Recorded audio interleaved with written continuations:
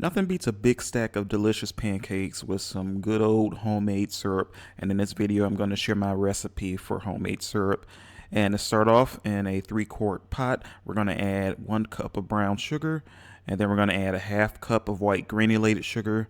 And next, we're going to add 1/4 teaspoon of cinnamon. And this is optional. You don't have to add the cinnamon. Now I'm going to add 1 cup of cold water. And now I'm going to add 1/2 cup of honey. Now, I know someone's looking at this and saying to themselves, that's an awful lot of sugar.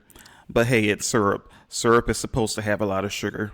In fact, syrup is essentially liquefied sugar with the water evaporated, which is what we're going to do next.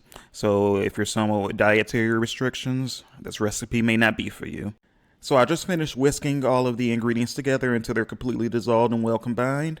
And I'm going to warm the saucepan on medium heat until the mixture is boiling briskly. And you see that smiley face in the syrup? That's because even it knows it's about to top some fine looking pancakes. And I promise that's not AI or Photoshop. I didn't even notice that when I filmed the video. Once it's boiling briskly, you're going to want to continuously stir the mixture. Otherwise, if you don't, the mixture will boil over and create a big mess everywhere. Don't ask me how I know, but don't be a big dummy like me. Do not stop stirring it while it's boiling. And after about 3 to 5 minutes of boiling it and stirring it continuously, you're going to remove it from the heat.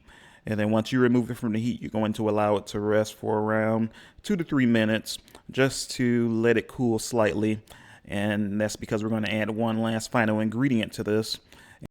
Now, some recipes will have you add vanilla extract, and that's fine as a substitute, but when it comes to pancake syrup, you can't have pancake syrup without maple flavor, so that's what we're going to add, 1 teaspoon of maple extract. And once we get that into the mixture, we're just going to, again, whisk it until the extract is well combined with the syrup. And once that's done, you're going to allow it to rest for an additional 15 minutes so it can cool further. And the syrup may still be somewhat thin after adding the extract, but it will continue to thicken as it cools. And then once it's cool, there's a couple of different things you can do. You can certainly enjoy the syrup immediately. I prefer to let it cool in the refrigerator overnight so it can thicken further.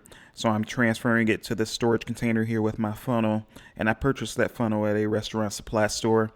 The nice part about the syrup too is that it is good in the refrigerator for up to 30 days. And then in order to heat up the syrup, you can warm it in the microwave for 30 to 45 seconds. So with that, I'm going to bring back over those fine looking pancakes and let me know if y'all want the recipe for these. And I'm going to drizzle that syrup all over those beautiful looking flapjacks. And you can certainly use the syrup with French toast or waffles as well. I have a waffle recipe on my page as well if you'd like to check that out. And there you have it. If you would like to see more of these recipes, please like, share, and subscribe. And as always, thanks for watching.